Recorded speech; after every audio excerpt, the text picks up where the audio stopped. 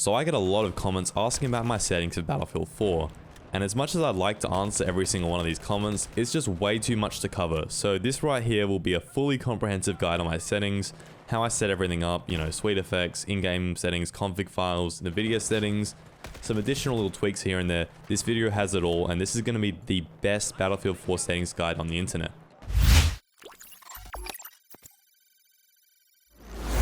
The other day, I noticed that an overwhelming majority of my viewers are American, and it got me thinking, what do you Americans love?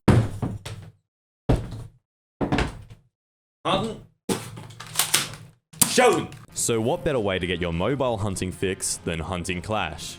Available on both iOS and Android devices, and best of all, free to play, there is no reason not to head down to the description below and give it a shot. Hunting Clash takes you through breathtaking hunting grounds available across the world. Through these grounds, the game has over 100 different animals to hunt. How about a nice Kamchatka brown bear? We could even come down to Australia, mate, and hunt down a bit of a Palmer wallaby, mate. I mean, wherever you want to hunt, wherever you want to hunt it, I'm sure Hunting Clash has something for you. There is just so much content in this free game. You can either hunt solo or even get into PvP style modes like Duels and Championships. And no, you cannot shoot the other hunter. With a wide choice of weapons from sniper rifles to bows and exciting gear like sonars and super buffs, the game really gives you everything you need to hunt down that deceptively cute hare, or even this massive grizzly bear right here. Another great thing to know is that the developers are really dedicated to the game. Each week, Hunting Clash has new events bringing new adventures for the players. So what are you waiting for? Head down to that link below and get hunting. Alright, what's up guys? We're here in the test range and we're going to start by going over all my in-game settings. There's a lot of stuff here. Some of it will apply to console and a lot of it will also just be PC only. So we're going to start by going into my options. These are my sensitivities and stuff like that. There's a few things that I'd recommend doing. Firstly, raw mouse input should be on. I like vertical flight. I run it enabled. And here I would use uniform soldier aiming and then keep your sensitivity at 100% here. Also this one here, always have this above 20%. If you don't, it will actually make you turn really slowly. Funny story, when I first came back, I installed a config by Freethy, who I'll link later in this video, but he set these to 0%, and this actually makes your turning speed in the jet incredibly slow. And I was doing some dogfights with some people who I definitely would have beat before, and I was getting fucked. Like, I was getting one looped by these people, and I was like, what is going on? Have I got that bad? And then I changed the setting back to 100%, and then I was alright again. So, moral story, definitely always have this at, you know, at least 20%. I like it 100%. That's what I use. And then now here, I like to have this decouple aiming from turning on. I'll show you guys this in a sec. And I also have uniform soldier aiming at 0%. This is like mathematically the best value to have.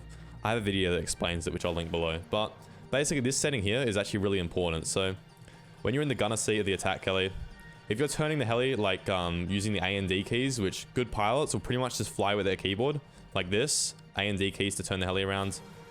And if you have the setting to decouple aiming from turning, it will hold your crosshair dead still. It will be like you're hovering. And that is really, really useful for just getting really accurate with the guns, you know.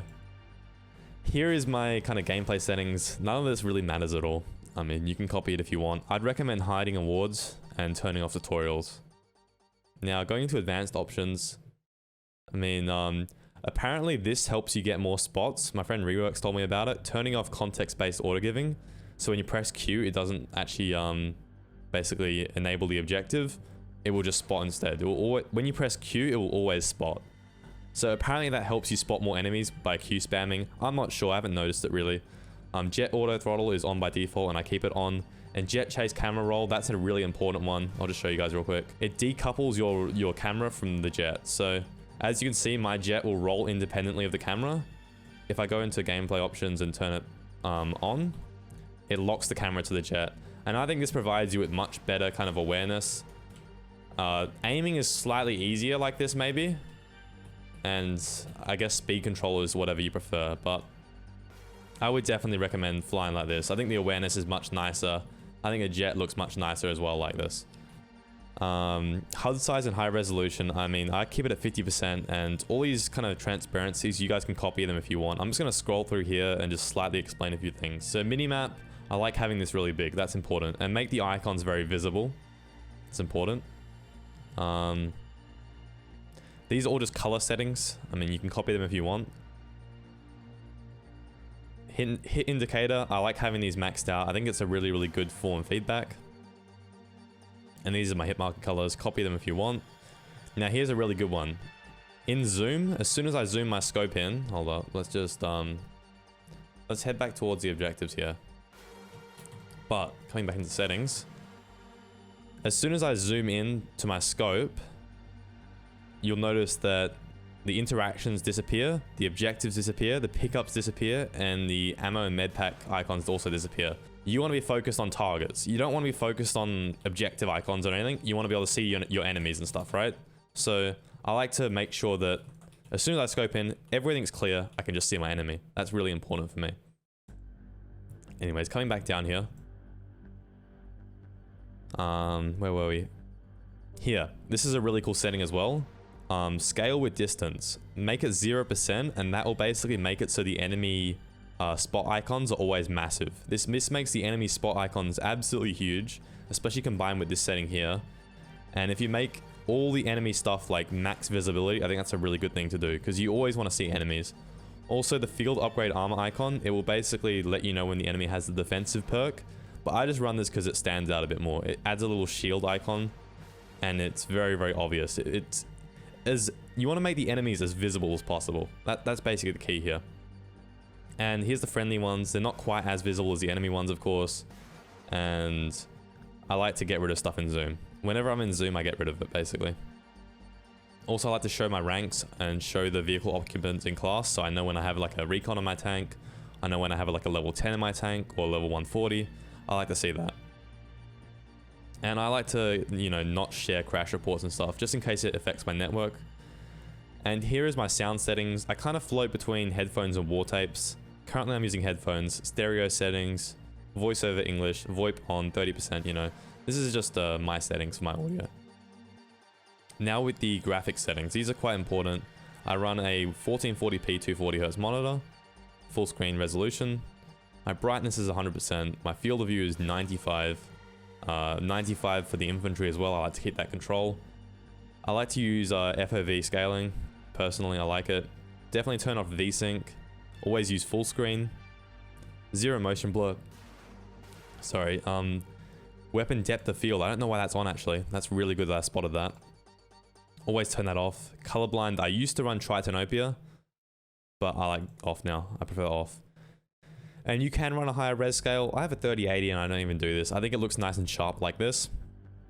Now for my texture quality though, I run this at ultra because it actually makes the water look a lot nicer. It's not as glitchy anymore. Effects quality, I like to run this on ultra because it makes the hits for the scout heli, like when you're minigunning an aircraft, it makes them more visible. Like it's like another form of hit markers. And then mesh, basically that's going to load in player models at a longer distance. It basically, this is the distance that this is your render distance. You can think of it like that. Now for key bindings, these ones are all pretty basic. You guys can copy these if you want. I'm just going to explain my jet ones and I'm going to scroll through these ones. If you want to copy them, you can. Right? The vehicle ones, you know, you can copy them if you want. Now the jet ones, here we go. So, I like to bind pitch down to left control. That's the first thing I've changed. So, when you get hit with a missile, you can't pitch up anymore, but you can still pitch down. So to save your jet, sometimes you can roll it upside down and then hold down control in my case, and that will get you out of strife. Pitch up is bound to space. This is really important because in a dogfight, you want to be able to hold down space and just loop indefinitely. That's really good to have. Now, the next thing I've changed is I put the chase camera on mouse 4. So basically my side mouse button is my chase camera. This is the third person switch. I like to be able to access third person really quickly and easily. We unbound space from fire because we now have it on pitch up. So you just like click it and then hold down escape to unbind something. Now I removed parachute from its E binding. Now it's on P. P for parachute. I like having enter exit just as far away from my hand as possible so I don't accidentally bail my jets. And full map is also on a side mouse button. I always use my full map. It is extremely important for finding out where enemies are. Anyways, the heli settings are basically the same. You guys can copy them if you want, but the same explanation applies. Alright, so we're in the desktop. I got my really nice Battlefield 2042 wallpaper here, but we're not here to look at that. We're here to go into the origin settings, and I'm going to show you guys exactly what to do here. So from like the home page or whatever, you go application settings. I wouldn't change really any of this, but you can if you want. Notifications are the first things I'd really change. I turn them all off. I don't like any notifications. Now, origin in-game is the next thing. Turn it off. That is the absolutely important thing that you have to learn from this. Especially if you're going to use SweetFX, which I'll kind of hook you guys up with at the end of this video. SweetFX won't work if you had this enabled. So definitely turn it off, and I think it does boost performance a little bit as well. Alright, so we're done with the origin settings. We're going to show you guys how to make a config file now. So go find wherever you installed the game. I have it just right here. And then go right click, new text document, and then just open it up. And I'm going to paste these in my description. Just copy and paste them right here. And basically what these commands do. So the first one, this is a frame cap. I cap my frames to 300. I used to run uncapped, but I found that this is actually more stable for my game. It stops it from crashing as much. It's really hard to speak sometimes. If you can stop your game from crashing by capping your frames, definitely do that. But if you guys don't get crashes running it uncapped, which is basically setting it to 0, then do this. So try uncapped. If it crashes, set it to 300 or something. I like using 300 because it doesn't crash my game. Now this is an FPS counter. I think it's like the top right of your screen. It just shows you FPS. And these right here, this is actually a set of commands that will get rid of the suppression blur. So when you get shot at in Battlefield, you have this blur that ends up on your screen. And it's just really, really annoying. It just makes the visibility very bad. This just gets rid of that blur. So I definitely recommend doing that. Now, once you're done with this, go save as, all files, and then user.cfg. It's very important to name it exactly that.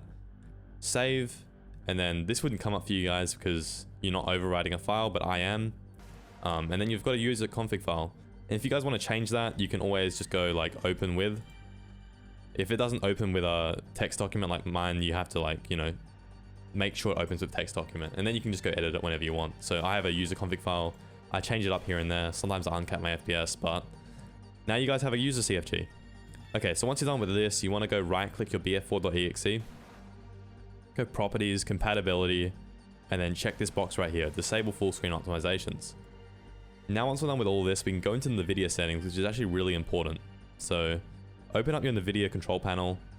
Sometimes you can right click your desktop for it. For me, I have to go down here and open it up.